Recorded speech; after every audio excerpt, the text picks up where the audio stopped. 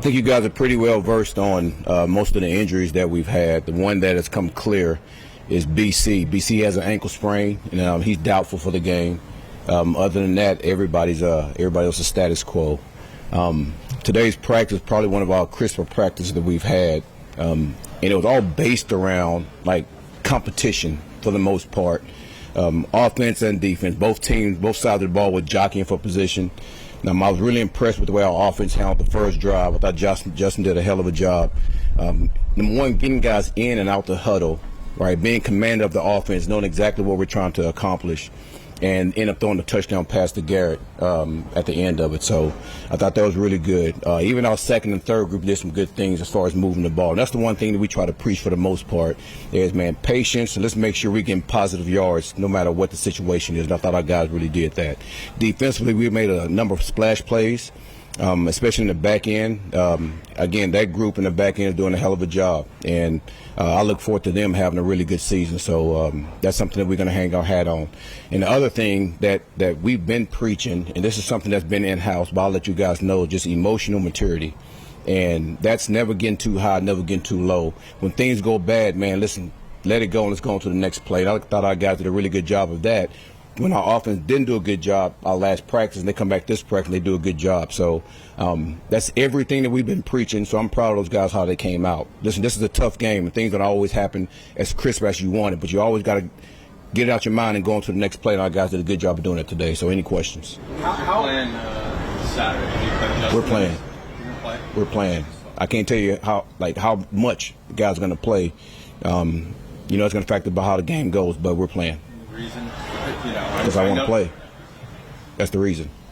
It's important at this point for Justin and these guys to I want our guys to play. That's the reason.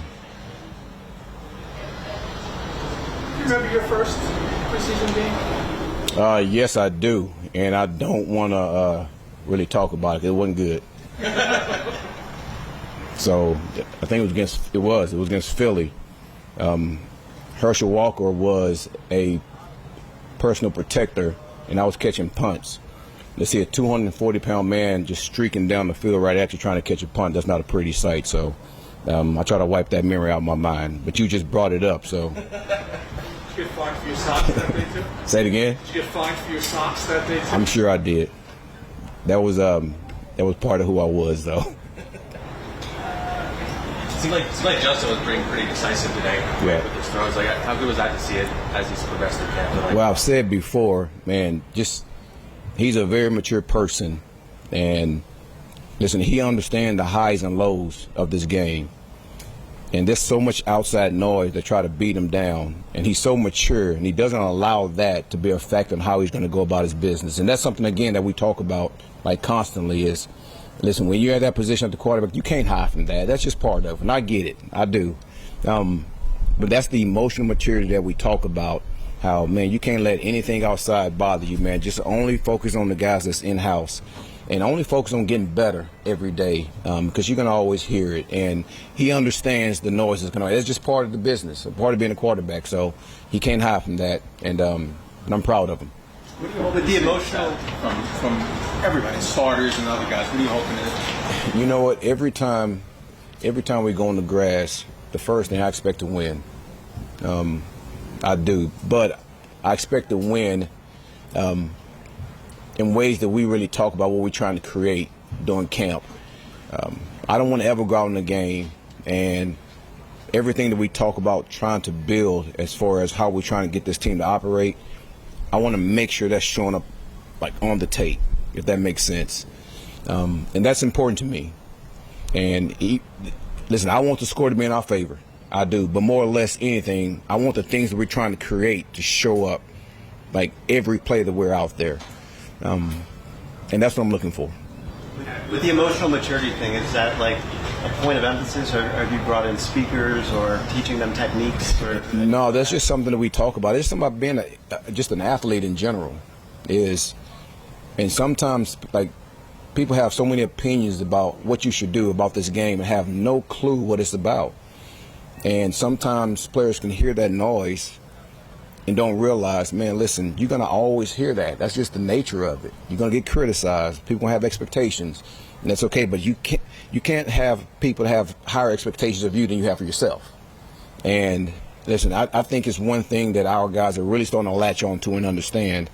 And every day I want to make sure I preach that to the guys, because this game is hard, and it's not always going to be pretty.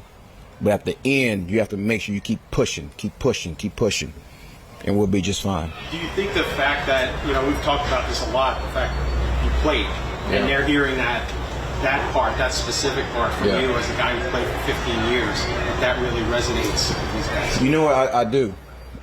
I mean, one example that I told our guys, listen, we had a holding penalty in that practice that we had a number of penalties, and it was 1st and 20. I said, guys, all I want you to do is cut it in half. Right, give me the 2nd and 10. And then cut that in half. Give me the 3rd and 5. We're right back on track. So we don't have to have all these, oh, man, everybody's talking about. Just focusing on what we're trying to do. Cut it in half, we're back on track, let's go. And our guys do not, I agree. I mean, it's because I've been there and I've done it. And listen, our guys, they hang their hat on that. And I'm very thankful of that. How much has the cornerback position changed from when you came into the league? Say it again? How much has the cornerback position changed, the demands on it? Well, they're bigger, that's for sure. But here, I would say this. I've tried to bring back a lot of the principles that we had back in the day as far as corners tackling. I think for a while, corners, it seemed like people weren't teaching their corners to tackle, like it wasn't a big part of the game. And it is a huge part, especially if you don't want to give explosive plays. So that part of it is what I'm trying to bring back, to our guys. And our guys understand that. And we have guys that's going to tackle. And I'm excited to see that with those guys too. Right? I'm talking about all of them, because they will tackle. The fact that I preach that on a daily basis, they understand what my expectations are with that. With Brandon Stevens, he's one of those corners. Say it again? With Brandon Stevens, one of those corners. Yep. What do you like about him to bring him in, and what do you see from him? He has some of the best movement skills that I've seen out of a corner that's 6'1" and 210 pounds. Like, you don't see guys that big that can move like he can. The one thing that we're trying to work on with him is his ball skills. And as you can see, I think the last couple of practices he had 2 picks. So that has improved with him. But we're still working on that area with him. But he's big, he's fast, he's aggressive. He has, to me, like really, really good coverage skills. And now we're trying to tie that into making plays on the ball, which he's been doing. Take a couple more. Jamal Pritchett seems like a guy that's been showing up even in spring and summer. What are you seeing from him as, an undrafted guy trying to make the team?